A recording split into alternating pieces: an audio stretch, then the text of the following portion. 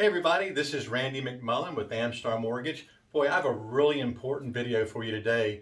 I'm going to tell you a little about how interest rates work, and I promise you it's not what you think. So what I want to do is kind of give you an example, and it'll apply to all the different loan amounts and rates, but it'll just give you an idea of what some different options you might have are on interest rates. So what I did was I took a $400,000 loan amount, and just again, as an example, let's just say rates are 3.5% with no points.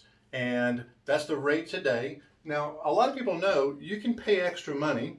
It's called buying the rate down. You can pay points and buy the rate down. It varies a little bit on a day-to-day basis. Again, this is just an example to show you how it works. But if you had 3.5 with no points, maybe 3.375% would cost half a point, and half a point on 400,000 would be $2,000. You could also pay 1 point at 3.25, you'd pay $4,000. And it goes on down. Even if you bought the rate down to 3%, you'd pay 2% or $8,000 at closing just to buy your rate down to get a lower payment. Here's what people don't know. It works the opposite direction as well. A lot of people have called and said, well, how do you do a no closing cost loan? Because attorneys don't work for free, and Georgia intangible tax and title insurance, those are all factors in closing costs. Here's how they do it.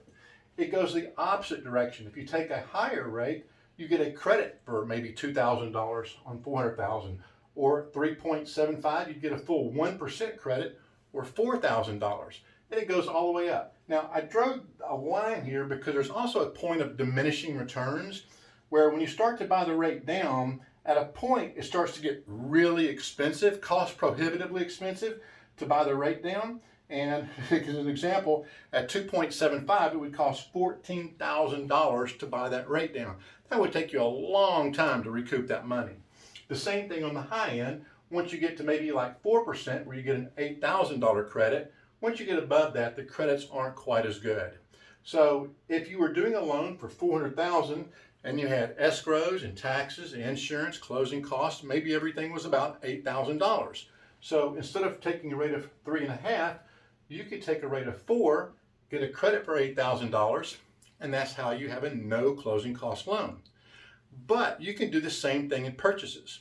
One of the most common questions I get, in fact, almost every phone call, is what's your best rate?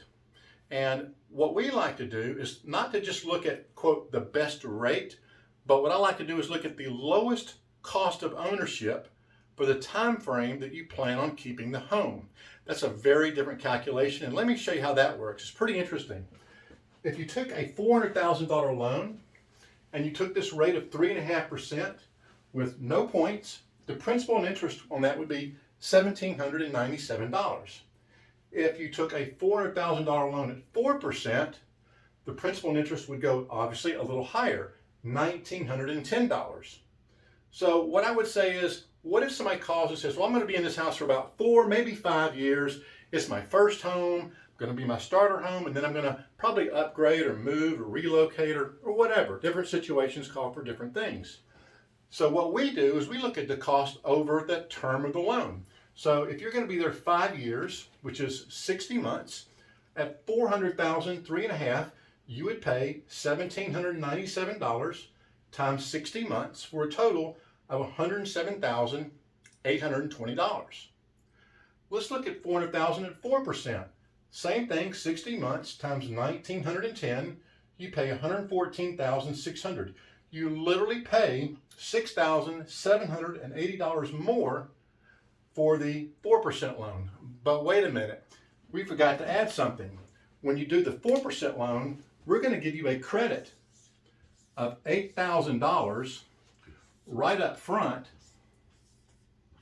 and you would literally be $1,220 ahead if you had taken the higher rate.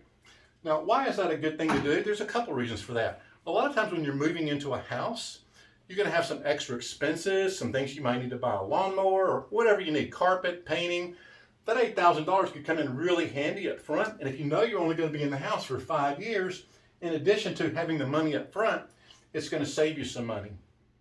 The other thing is, you could actually take that $8,000 and invest it, and in 5 years you'd have more than $8,000. So there's a couple of good reasons for that.